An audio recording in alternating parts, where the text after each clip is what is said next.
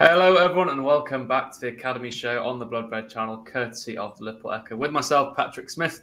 It's been a while since we've done one of these, but this show does what it says on the tin and brings you the latest news and developments from one of the most famous academies in the world. So without further ado, let's get stuck right in. There's no better person to provide us with all the latest from the Reds Academy than Liverpool.com editor Matt Addison. Matt, how's things? Yeah, all good, mate. Good to be back on this show. It's one that we hope to do a little bit more regularly going forward, isn't it? But yeah, we've not done one for a while, and there's plenty of things to get stuck into. So yeah, looking forward. Yeah, it is sadly one of our neglected podcasts. And I'm also sorry to drag you in on a day off, Matt, but we simply can't do one of these shows without you, can we? So let's get stuck right in. We'll start then with a summer signing, Calvin Ramsey. He's been playing for the under-21s in the academy. Now, I mean, it's kind of expected when Liverpool signed him. He wasn't going to be straight into the first team by no means. He sort of had to bide his time and, come back from injury with the youth team players. But Matt, what do you think's next for him? Is he impressed in his displays in the academy? And is his Liverpool future one that is as positive as when he first signed?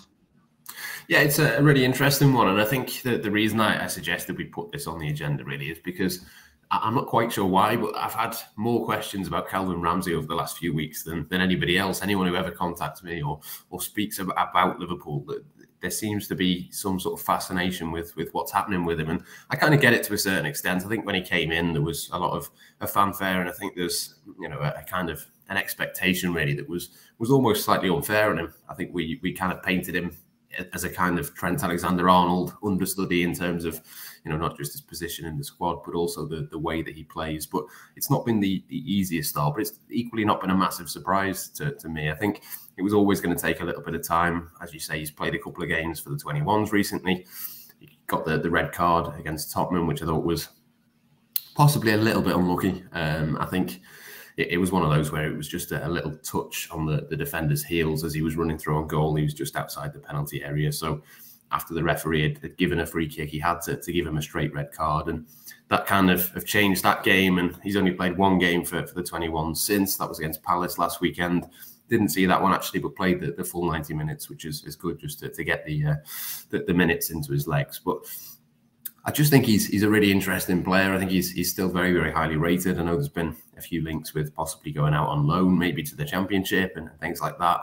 He's obviously come off the back of a season in Scotland where he played pretty much every minute for Aberdeen last season. It would have been a bit of a change for him to come here and not play as much. But I just think that the comparison that I'd make really is Liverpool have got the perfect situation with the fullbacks on the other side of the pitch with Kostas Tsimikas, and you think of his first season at Liverpool, we basically didn't see him. I think he played 1 or 2 games, which is probably what Calvin Ramsey will end up with at the end of this season with the minutes he's played already and that sort of thing. But there's essentially no rush. I think what Liverpool have got with Tsimikas and Robertson is perfect. That's what they want on the other side of the pitch. And there's no reason really that Calvin Ramsey can't just use this season in the same way that Tsimikas did. Take a few minutes, take the opportunity to train with these players.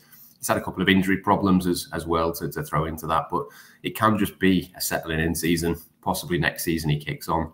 Possibly next season James Milner might not be at Liverpool as well. Obviously his contract coming to the end of his time, possibly might go and play somewhere else, possibly might stay, but either way you'd imagine that his minutes will probably decrease again. And I just think Calvin Ramsey's in kind of the position that I thought he might be. Possibly could have played a few more matches if he hadn't have been injured, but it's no real shock to me. There's no real concerns around him. I just think he's been slightly unlucky, even when he's played with the 21s. He's been unlucky with the red card and that sort of thing. I still think he's really, really highly rated, and I think he's got a big future at Liverpool. But sometimes, especially for young players, it does take a little bit of time to adapt. Yeah, exactly. I mean, in that backup role, you mentioned Kostas Tsimikas. Ramsey may even be in a better position because he's younger. He can get more minutes playing for the youth sides because he's still only, is he 18 or 19? 19, I think he is, Matt, isn't he? Yeah, something like that, yeah. Something around that, yes. He's probably going to get some more minutes than Tsimikas did in his first season because Tsimikas couldn't have played for almost all of those teams. But yeah, I mean, Matt, do you think the future for Ramsey, you touched on James Milner, he's very unlikely to be here next season. But I mean, actually, the way things are going, he probably will be here actually next season in that backup right back role. Do you think Liverpool will need to sign someone who's already a bit more proven for next season? Because, God forbid Trent Alexander-Arnold gets injured.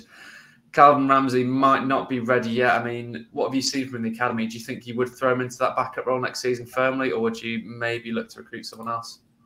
He's still got a lot of time to develop, but I wouldn't necessarily think that they'd sign anybody else. I think probably the most likely is that they'd just give James Milner another year. I think Jurgen Klopp has said recently he'd be quite open to that. I think they kind of have laid the groundwork for that, and it'll be up to Milner really to decide if he wants to do that, or possibly he might want to go somewhere else and get a few more minutes. But maybe at the age he is, the kind of numbers that he's getting at the moment for Liverpool probably isn't the worst thing. So I think probably the most likely situation is that it's similar to this season, where you've got, obviously Joe Gomez as well. If he's needed to play at right back, he can do that. I don't think Liverpool are in the worst situation with the fullback, so I wouldn't expect there to be a signing in the summer. As much as they've got far more work to do in other areas. Yeah. Plenty of time to phase Ramsey, and then I suppose isn't there with Milner and Gomez come for the meantime, so it's not one to worry about that much. But then someone else who may be phased in, who's been lighting up Anfield when he's played there recently, is such an exciting young player, is Ben Doak, Matt. I mean, he's the talk on everyone's lips. Everyone wants to give him the chance and throw him in at the deep end. I think Klopp is very carefully managing his minutes, but I mean, he's been so exciting, and I presume he's been tearing it up at the academy as well.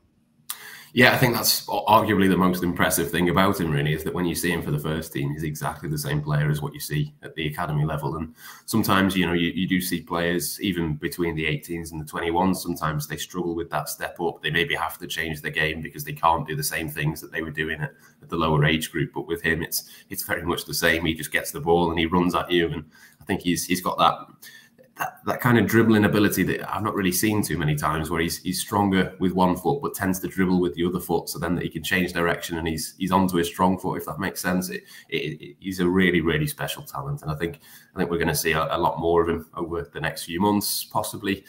I might think about, if I was Liverpool, maybe giving him a bit of a loan spell next season. I think there's arguably, we'll come on to some of the other players who've been out on loan shortly, but I think there's almost a bit of a Harvey Elliott argument with him, where I think, he might benefit from just going out and having a bit of senior football and being able to learn from that. And I say that really because, even playing for Liverpool's under-21s at the moment just looks a little bit easy for him. I think he's not quite there in terms of the first team. I don't think he's going to be, a regular. He might get on the bench regularly, but I don't think he's going to be, making too many appearances before the end of this season. But yeah, the 21s, I think for the end of this season is probably okay for him. But beyond that, I don't know whether he would learn enough from being in that for a full season next season. So it'll certainly be interesting to see what Liverpool do with him. But again, he's one of those that is just hugely, hugely exciting.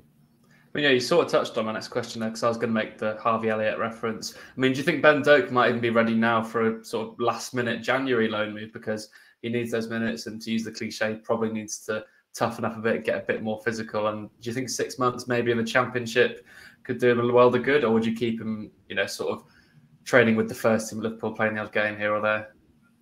Yeah, I think it probably makes more sense to do it for the start of next season rather than do it mid-season, just so he can go and kind of adapt a little bit. I don't think Liverpool have always been, particularly keen with all of these players. Curtis Jones was one that never went out on loan, for example. There's an argument either way with these things, I think, but they've just got to get the club right. I think with Blackburn, as it was when Harvey Elliott was there, the manager and the rest of the players really complimented him well. I think you've really got to get that right. There's no point, obviously, sending any of these players to a club that isn't going to suit them or isn't going to play the football that they need to take those next steps. But yeah, it'd be interesting. I'd be slightly surprised if it was now. Just, it's still his first season at Liverpool.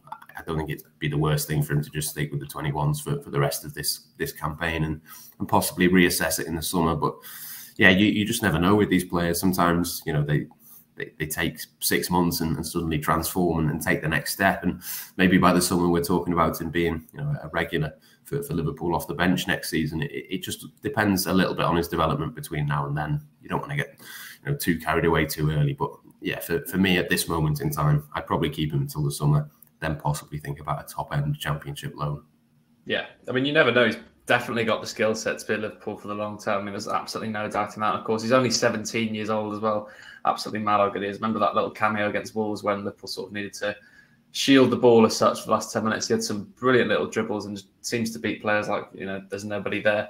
But another 17-year-old man at Liverpool breaking through is Bobby Clark. Now, he's someone who a lot of fans won't have seen much before this season, obviously firmly in the academy. But he's really impressed Liverpool at times this season, hasn't he, Matt? Such a deft skill set, and another one of those Liverpool academy graduates who seems to have maturity beyond his years on the pitch. Yeah, I love watching him. He's exactly, if I had to describe my ideal player to watch play football, I think it would basically be Bobby Clark. I think he's just one of those players that has got all of the technical abilities. He's not as physically ready yet for senior football as someone like, say, Ben Doak is, or what Harvey Elliott was when he went out on loan. So I think Liverpool maybe keep him around a little bit longer than the others, just to help him develop and get ready for senior football a little bit more. But just in terms of the technical quality that he's got, we saw, was it against Milan in Milan and the ball to Nunez, that pass was just incredible, and it's more the sort of short little passes that he does in the midfield, the little nutmegs or the little gives and goes around the player, the little 1-2s. I think he's just one of those players that you just love to watch. He's one of those players that I think, if you put him on a 5-a-side pitch, he'd look even better than what he does. But even on a full size 11v11, I think he's an incredible player, and I think he's one of those definitely to watch. I know for a fact Newcastle were gutted to lose him when Liverpool got him a couple of years ago, and he's very much one of those players that I'm really excited to see what he does, because again he's one that if you did send him on loan at some point, you'd have to find a club that would play in that certain way. I don't know whether the Championship would be a league that you'd necessarily think would suit him, just in terms of the way that he plays, some of the little passes that he does, on certain pitches at Rotherham and Stoke and various places. I don't know whether that would be perfect for his game, but there's a real gem of a player there to unlock, and it'll be really interesting to see what he does and where he goes next. I mean, you say that, but to use the Harvey Elliott measuring stick once again, I mean, Harvey Elliott was a very similar player pretty weak, and the Championship did sort of toughen him up. But also, similarly to Bobby Clark, I mean, Elliott was an attacker, a winger coming through the academy, and he ended up in midfield. Bobby Clark's clearly got the skill set to either play in the front line or the midfield. Where do you think his future would lie at Liverpool? He probably is more of a midfielder, I think.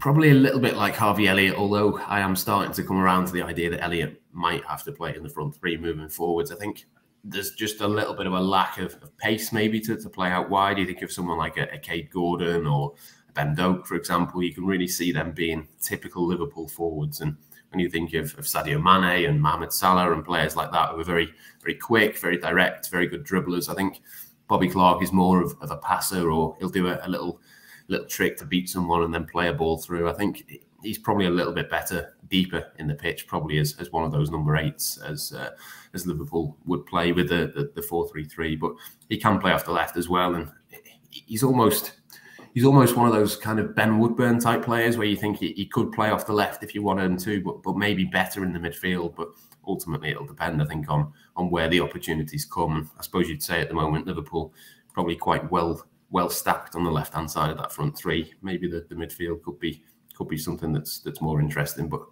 he's 17. There's still a long way for his development to go. But if I had to bet on it, I think probably the left sided number 8. I think is probably his best position. Yeah, definitely agree. Well, I think just the slight lack of pace will push him there. I think he hopefully could go, and obviously he'll physically grow, and maybe his season in the Championship could toughen him up into that midfield role. But you mentioned there, Matt, Cade Gordon, a name who last season was, sort of the Ben Doak of the year, if you like, and he's now sort of shifted into the shadows of the 17-year-old Scot. But he's still a really exciting talent, Cade Gordon, isn't he? I mean, what's the latest on him? Has he been playing well in the academy? He's not been playing a lot of football at all, actually, because he's been injured for such a long time. I think we would have seen a lot more of him towards the back end of last season, certainly in certain matches this season. He would have played a big role, I think, in the pre-season, in the summer, probably the second pre-season as well. Just gone. He was out there in Dubai, but I don't think played in any of the matches. I don't think he's really played too much since. He's been one of those that's been a little bit unlucky. It's kind of... I think a kind of growing pain issue with him. I think he's had a couple of injuries. He's had a couple of different things that hasn't helped his development and has stopped him playing for a long time. But yeah, I really rate him, and I think if he can get over those issues and if he can kind of find a way to push through that and come back, which he's out running again. He's doing certain bits. I think we'll probably see him play probably for the academy for the 21s probably before the end of this season, but. Similar to Ben Doak, really. He's kind of, what Ben Doak is now, Cade Gordon was a year ago. So it does sort of show how quickly things can change for him. But yeah, I would back him if he can come back from injuries to make a real impact at Liverpool. I mean, he started the Carabao Cup semi-final, didn't he, last season away at Arsenal. He's a real talent, and he's another one of those that's just sort of one of the best of his age group in Britain. He's one of those that Liverpool have picked out and, you know, really can nurture. But it's just a little bit frustrating for him at the moment that he can't get out and play. I'm sure, you know, the 10 months that he's now missed, or 11 months almost coming up to, that he's not been playing football has not helped him. But as soon as he's back, he's a real talent as well, and one of those that I think, if he does get over those injuries, he could go on and have a really good career. Yeah, of course, you mentioned there how involved he was in the League Cup last season. Jurgen Klopp clearly rates him highly if he's willing to start him at Arsenal away in a League Cup final. It was 0-0 at the time, I think, as well. So, you know, clearly shows Klopp backs him. It's just such a shame he's had that injury, because it's such a crucial time, isn't it, in these academy players' careers, and it just shows that sliding door moment that, you know, God forbid he maintains an injury, it could never work out for him. Ben Doak, you never know what's going to happen with these young players. I mean, it's so crazy to think. Another one, though, Matt, is Mateusz Musialowski. I mean, really exciting talent. I mean, if we're going to be going on that Ben Doak, Cade Gordon line, I'd say 2 years ago, Musialowski was the one that people watching the academy and thinking, wow, he's going to be in the first team soon. It's gone a little bit quiet on that front, though, hasn't it, Matt? Yeah, he's had a few injuries. I think he's struggled a little bit. He's not necessarily been a regular starter for the 21s at certain times. There's been a few little bits of frustration for him. I think he's probably one of those that long term, is he going to be at Liverpool? Probably not. But I think there's a career for him somewhere. It's just a case of trying to work out what that is, really. I think possibly a loan could have done him good. Maybe he would have done that last summer, but then I think he had a bit of an injury. We've not seen loads of him since. When he has played, he's tended to have a few minutes off the bench here and there. I think they've been a little bit careful with him, probably because of those injuries, and haven't been able to use him as much as they would have liked. But yeah, I think he's one of those that just hasn't quite made the next step, but not necessarily, you know, anything to fault him of his own. Sometimes it is just, you know, a little bit of luck here and there. But yeah, 19, I think he turns 20 later this year. I think it's probably time that he goes and gets himself a loan somewhere else. But yeah, a really talented player. But is he going to make it at Liverpool long term? I suspect probably not. Yeah, one of those. I mean, I think he came on against Strasbourg, I want to say, in pre-season. Clearly tidy on the ball, nice little player, but yeah, definitely needs to move away to get some more games under his belt, I think, especially first team action. But let's move on then, Matt. There's lots of players who've come back to Liverpool from loan spells. Some of them very impressively on loan, some not so. But we're going to start with Billy Koumettia. I mean, he came back with an absolute bang, didn't he, against Paris Saint-Germain, scoring from the halfway line. Listeners and viewers, if you've not seen this goal, I'm sure you can find it on Twitter and YouTube. I mean, it's similar to Konaté's attempt against Chelsea at the weekend, sort of controls the ball halfway, looks up and just smashes it over the keeper. I mean, unbelievable finish from Koumettia. But Matt, is he one that Liverpool could be looking at in the future to maybe come in once Van Dijk's retired? Maybe is he sort of being groomed as such for that role to come in and be a third, fourth choice centre-back for Liverpool? Or do you think he'll need some more game time elsewhere?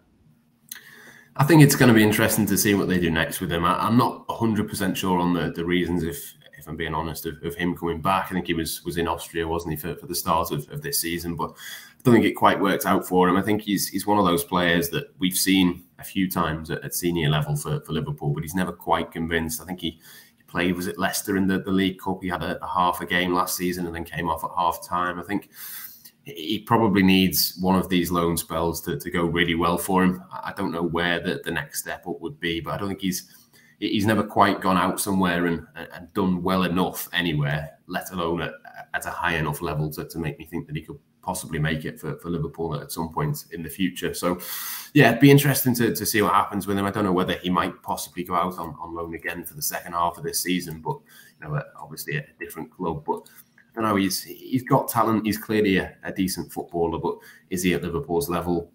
Not quite sure that he is. 20 years of age now as well. It's probably getting to the point where a bit of a decision needs to be made for him. And I don't think I've seen quite enough for him to suggest that he should be part of Liverpool's long-term plans. I think that there's one or two other players. In fact, one of them is going to be my one to watch in a few minutes' time, who I think are certainly ahead of him in terms of that and are a little bit younger as well. So, yeah, a decent player, but whether he's got a long-term future at Liverpool, I'd probably doubt that. Dropping hints already, Matt, for later on in the show. I mean, yeah, Koumettia, maybe not quite at Liverpool's level. I think his level probably is maybe the Championship. He needs to sort of go and prove himself there as such if he can. A couple other players there, Matt, coming back from loan. There's Max Waltman. Forward, he was on loan at Doncaster. He's got 0 goals in 13 league appearances. Whereas Fidel Rourke, 7 goals in 10 appearances in the Welsh Premier League. To take that with a pinch of salt, as I myself have even had an appearance in that league, believe it or not. But I mean, Matt, those two, do they have much of a Liverpool future, do you think? No. I think, again, this is one of the other sort of frequently asked questions that I get really around the academy teams. And yeah, these players probably are not going to make it at Liverpool long term, I suspect, But I saw somebody had written an article. I can't remember where it was now that I read it, but someone had written something the other day of saying kind of why have all these players come back from loans? Why has none of these players been successful? And it's a little bit more nuanced than that. I think, for Fidel, for example, like you say, a decent goal scoring record, but the fact that they've sent him to the Welsh Premier League probably says to you that he's probably a long way off being anything like a first team player for Liverpool. I think, for all of the players that have come back, it's not necessarily that, it's not been a success or it's not gone as well or whatever it might be. It just might not be the right club for them to take the next steps. I think for someone like Max Waltman, really good lad, really, admired around the academy, but I think he'll be realistic as anyone to think that he's probably not going to be, a regular for Liverpool. Even someone like Leighton Stewart that we've seen this season, I think probably could do with a similar sort of loan spell. It's not that these loans have been failures, and it's not that these players are not doing what was expected of them. I think Liverpool sending these players out to these clubs is probably just to give them a little bit of experience, a bit of exposure, a bit of an opportunity to put themselves in the shop window, really, and say for someone like Maxi, can he go to Doncaster, do well, and then maybe get a move somewhere else off the back of that? It probably just helps in terms of the scouting of these players when they do leave Liverpool, probably, maybe in the summer it might be, for scouts of lower league clubs to just gauge the level, really. I think it's quite hard to watch a Premier League 2 game and go, he's a Championship player and he's a League 2 player. There's a big gulf between those 2 leagues, but it's quite hard to tell that just from watching academy football. So I think these loan spells sort of contextualise that, make you kind of find the level that you're going to play at long term. And yeah, there's other players in that similar sort of bracket. Jake Kane has left permanently for Swindon this month. That's the kind of move that I think these players will have to try and aim for. Fidel maybe even a little bit lower down than that, but the thing ultimately is that a lot of these players that have gone out on loan have not underperformed when they've gone out on loan. They've probably done what Liverpool expected them to do. It's not a failure in terms of Liverpool. It was always going to be the case that they would struggle to make a big impact and then come back. That wasn't really the idea. So yeah, just to contextualise that a little bit, I wouldn't expect those 2 players to have a long-term future at Liverpool. Leighton Clarkson doing pretty well up in Scotland, but again, has the time maybe come and gone a little bit for him to be a first-team player at Liverpool, maybe. But the fact that he's doing well there possibly means then he gets a better move off the back of it. So in that sense, even though the loans have ended halfway through the season, it's probably not the worst thing for each of those individuals. Yeah, Leighton Clarkson definitely doing it well up in Aberdeen. I mean, he scored a few unbelievable long-range goals. Also, check out our interview that Theo Squires did with him. That's available on the Bloodbird channel, both on podcast, on YouTube. So you want to catch the latest on him there, you can catch that one there. But I mean, Matt, the last player we'll talk about is Tyler Morton, another player who's out on loan this season at Blackburn. He's seemingly playing pretty well there. He's been awarded a massive long-term contract. I mean, fair play to him. He's clearly a very talented young midfielder now. Would you be looking to bed him into the midfield from next season, or is it a much more future prospect in your eyes? I really like him, and I'd be really interested to know what Liverpool's plan is for him exactly at the end of this season. I mean, there's an obvious comparison, the fact that he's gone to Blackburn. He's played 30 times this season. He's played pretty much every game for them, mainly as the kind of defensive midfielder in a midfield 3.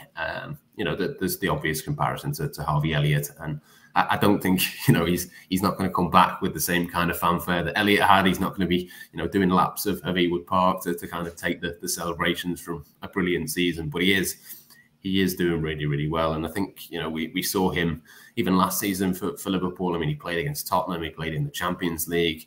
he's a really, really tidy footballer. And I think, you know, for Liverpool, when you look at how many changes they're going to have to make in the midfield this summer, he's one of those that I would have a little bit of an eye on. I think he will spot an opportunity if he carries on doing what he's doing for the rest of this season, maybe comes back and impresses in the summer.